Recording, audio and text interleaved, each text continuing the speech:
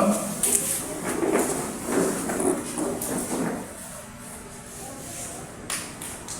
God's good all the time. Amen. Dalay ko ng Ginoo sa walay katapusan. Sa gihapon, nakita-kita ka sa mata-mata, sa naong. Nakahimog gihapon ta sa panagtigong manayson, sa pagpasidungog kaniya, sa pagtuon kaniya, sa paghimaya kaniya. Dili basta-basta niya atong kinabuhi na may ragbikil. Mo na dayon. O na dayon. Karong panahon na gisulayan di ko. Pero bless gapon ko ba igsoon nga di ko gadalan pagihapon na pag-extension sa kinabuhi. Ika sa pala ko ka mo lang ko may lang na maka-drive maabot ang pamilya diri. So dinhi ka buntagon padayon ta sa atong mga pagtuon ug mga pagsusi atong himuon nga sa kanunay sa matag semana mapuslanon ang atong kinabuhi dahil sa natubangan ato siyang madaig, ato siyang mahimuot sa matag kanato tungod kay nasayod ta nga wala gyud ta mahimo sa atong kaugalingon kung wala siya.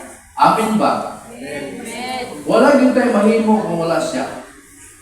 Sa panahon sa atong pagtulog, swerte na kay nga makamatata. Last niaging mga adlaw, mga gabi, lahi-lahi na ako na-encounter sa akong mga damgo. Wala na kasan mo na klase ni kung mga damgo. Pero sige lang, basig na ito yung mga signos kung sa mga katuyo na ito. Gabi lang, lahi po. Lahi na ako ang kuhan. Ako ay, ikaw na bahalang Ginoo, kaso mo painunan. Siguro, tungod sa ganang mahimutang magtutudlo sa iglesia, mahimutang magtutudlo, mag-prepare yung kadaan kung sa imong paambit sa matag papahulay. Mag-prepare kadaan, hindi ka pwede nga balik-balikon na ito nimo. Ibalik na po something new. Something new nga madungog. Nga kung wala ni madungog sa uban, hindi ka na masudungog sa ako. Diba? Sige na malantaan niyo. Kanang iskot-iskot mahitungod sa pagpalit. Mahitungod sa pagdala o palos. Huwag yun ito iskutan. Kung one hisag soon, balos rabi ang dalon. Sige daw. Ganti balos yung dala. Kung sa may kalayan sa ganti o balos? Ang balos kay kuya mo to, manukot. Excuse me. Ang balos o panimalos kung sa'y kalahian. Naragyan ng report ng balos. Ribbons to? Balos o panimalos. Ang reward pang mutiha, giingong nga reward, ang translation sa Bisaya, balos, reward pa, reward. Ang panimalos, Ribbons na. ibali, tugbang na silot na. Silot. Na pag-anhin niya nga magdalang balos, napay pa, silot. Na yung mga igsoon. Kaya sa balusi ang taong matarong, daw tanong pagkasasala, sa balusi. Sumala sa Romanon 11:31. Walang magbasa, Isaias 26, versikulo 21. Kaya ba? Isaias 26:21. Kaya niya karon si Yoba muanhay gikan siyang dapit aron sa pagsilot sa mga pumuluyo sa yuta tungod sa ilang kasalanan.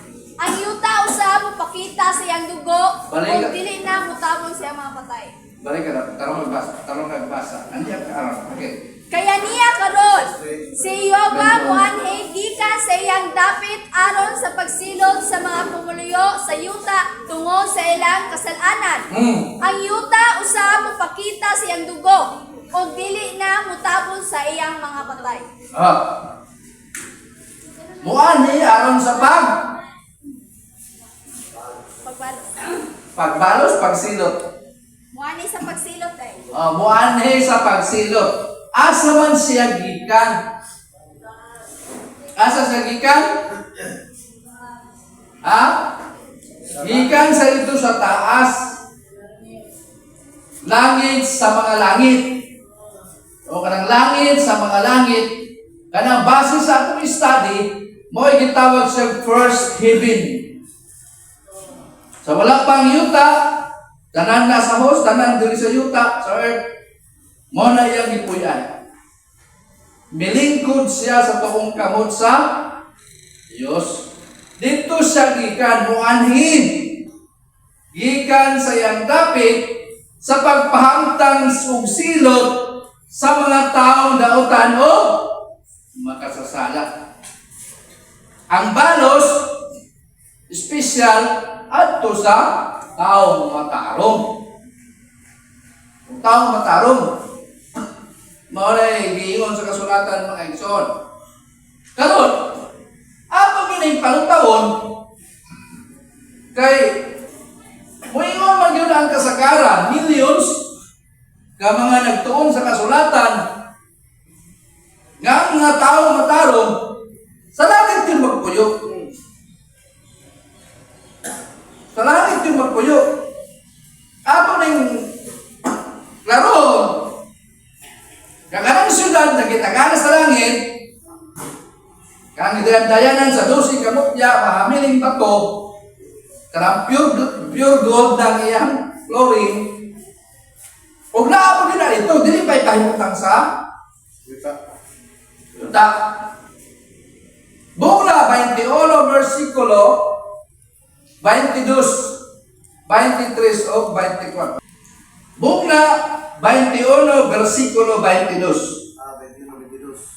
O wala ako'y nakita nga templo dito, kaya ang Ginoong Dios ang makagagahon ug ang kordero mao ang iyang templo.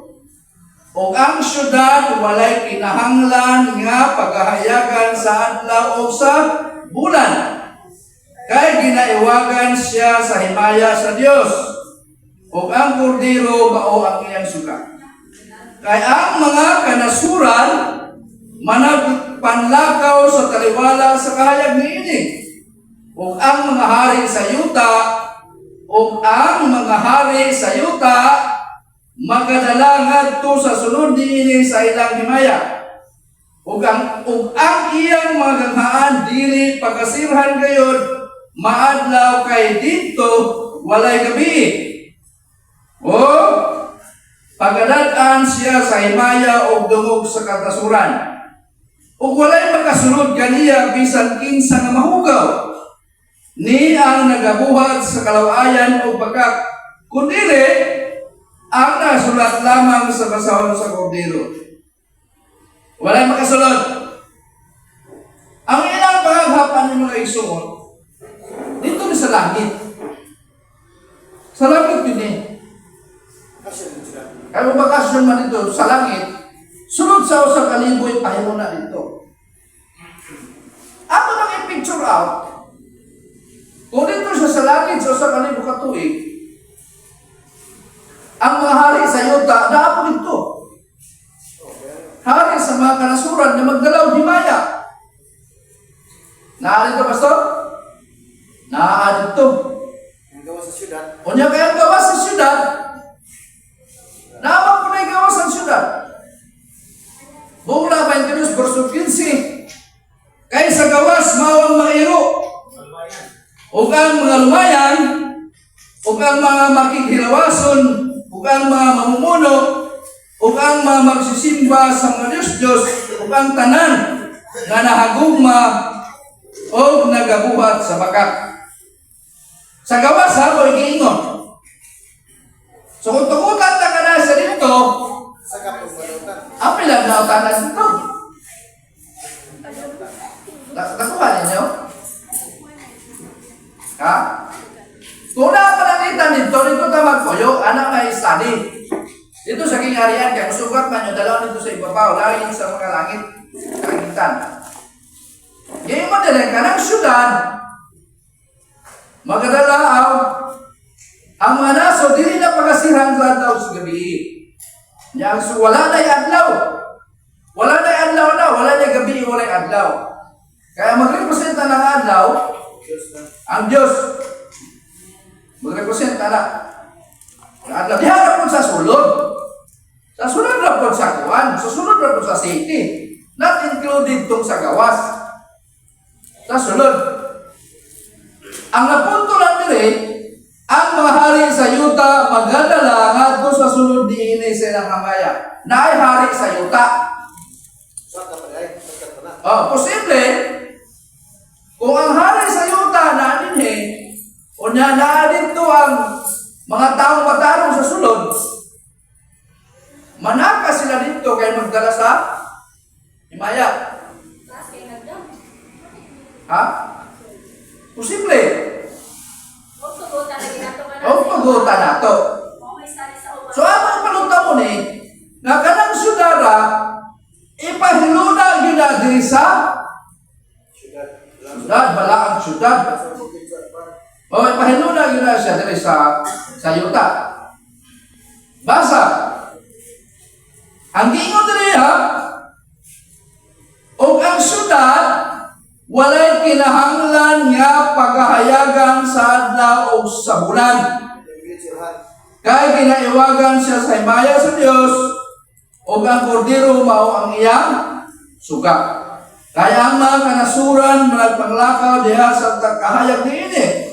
O ang mga hari sa yuta magadala nga sa sulod niini sa ilang himaya. Balik ta dito sa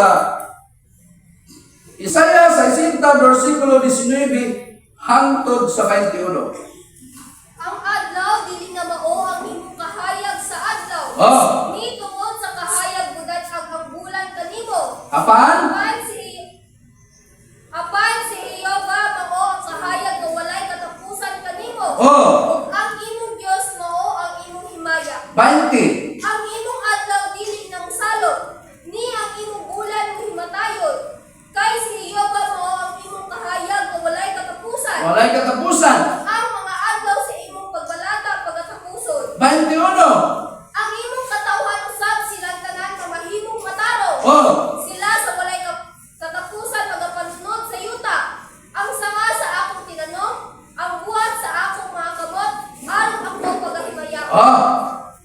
Wala na gabi eh. Mo'y giingon diri. Lukso sa diri sa 11 para makunik yun. Ingon sa 11, sa 11, ang imong mga ganghaan usab pag-aablihan sa kanunay. Kini dili pagatak-umon maadlaw ni gabi. Aron ang mga tao magahatod kanimo sa bahandi sa mga nasod. O ang ilang mga hari ginahatod niya binihan. So buhat pasabot, diri ni sa yuta ipahimutang mga igsoon. Diri sa yuta ni ipahimutang. Kanang bagong Jerusalem nga naa dito sa ibabaw, kang gi-prepare sa Dios, iya nang ipakanaog, ipahamutang sa yuta. Isaiah 26 versikulo 1 o 2. Ni adtong adlaw kining alawituna pag-awiton dito sa yuta sa Huda. Kapi adunay usa ka malig-on nga syudad. Ang kaluwasan mo ay iyang igabuta ang mga kuta ug ang mga saligdanan. Buksin ninyo ang mga gahaan aron ang mataro sa nasod nga nagabaton og pagtuo makasulod. Asa napit ang mga nasod Niadtong adlaw kining alawituna pag-awiton dito sa yuta sa Huda. Kanang Jerusalem asa na nasakop sa banay ni Huda. Kanang Jerusalem, kanang Hudiya mao ni Huda. Kami adunay usa ka malig-on nga syudad. Ang kaluwasan maoy iyang igabutang nga mga kuta o mga saligdanan. Kung sa ingon, buksin ninyo ang mga ganghaan aron ang matarong nga nasod nga nagabaton o pagtuo makasulod. Kaning to mga igsuon, akong gitan-aw sa King James Translation, not pagtuo ang nakabutang dito. Dili faith. kundi truth. Truth ang kabutan dito, pre. Ang truth, nagabaton sa kabaturan. Oh, truth. Nag-represent ka truth, si Jesus may nag-represent sa truth. Oh, diba? Nagabaton sa kabaturan, makasunod. Kaya kung ipagtuuran na ito, kinsa pagituhan. Ito sa John 14:16. Oh, siya may truth dito, nag-represent. Oh, siya kandalan, kabaturan. Oh, nagabaton sa kamatuoran, maka sulod. Kaya nga naman dahil, naana ba dahil ay sulod ng balaang syudad na giandam dito? Nga na naman, dapat unta, kung naana siya sulod, buksi ang gagaan, aron ang mga batarong nga nasod, nga nagabaton sa pagtuo makasulod. Buksi unta, kung ato dito, sa kalimo katuig na dito. Ang pinakasakto, buksin ninyo ang nagaran, aron ang mga matarong nga nasod nga nagabaton sa pagtuo, makagawas. Nakuha niyo, son? Di ba? Ano example? Nay, nain mo ko kayo pabina. Kung na, bala ang syudad. Ya, isod din ito ang nasod. Nga mas ang syudad, under man sa nasod. Oo. Ano, nabigil natin mo. Maganda, Masaling kapaw. pananglitan, for example, kanino syudad. Gikan nito sa taas. Ipakanaon, sa yuta. Paablihan, kaya ang mga matarong na nasod niya na susunod, makagawas. Kung tukutan tanganana dito sa kalimo katuig. Nakuha niyo, son? Nanay sulodaan sa usod. Nanay sulodaan. Ako sa kalito ko eh. Atong patubagon si Juan Monabilador, kung kanang gingharian na, kanang balang syudad niya nasa langit, kung naman na siya sulod. Bugda. Basa. Nga 15:8. Ako na basa. Ug ang templo na puno sa aso gikan sa himaya sa Dios o gikan sa iyang gahom. O walay kinsa nga aran makasulod sa templo hangtod nga matuman ang pito ka mga hampag sa pito ka manulunda. So dapat pa iagihon. So, di mo nga na, diri man ang presidente nga pagitabo. Oh! Wala ko na si babaw.